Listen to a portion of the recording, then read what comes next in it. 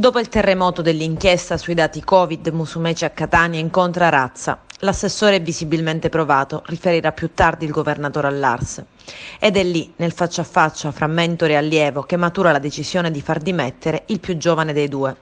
La maggioranza, che pur fino a quel momento aveva fatto quadro, inizia a cedere. Il presidente dell'Ars, Gianfranco Miccichè, invoca fermezza, il capogruppo dell'UDC, Eleonora Locurto, parla di un passo indietro.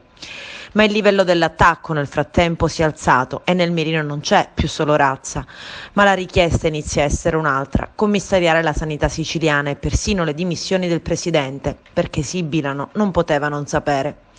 Ma Musumeci va avanti, cerca di mettere alle spalle il giorno più lungo, di superare il colpo al cuore del cerchio magico, il colpo al più vicino dei fedelissimi. Una mossa politica, la prospettiva di un lungo interim, il gioco del toto assessori può aspettare, poi quando le acque si saranno calmate e l'opinione pubblica sarà rassicurata, ci sarà tempo per un nuovo innesto in giunta. Una mossa tecnica, il primo mattone di questo nuovo corso è l'affidamento a Mario La Rocca della reggenza dell'osservatorio epidemiologico. Al dirigente e al governatore toccherà ora rimettere ordine e soprattutto serenità in un ambiente sconquassato dallo shock dell'inchiesta sui dati Covid.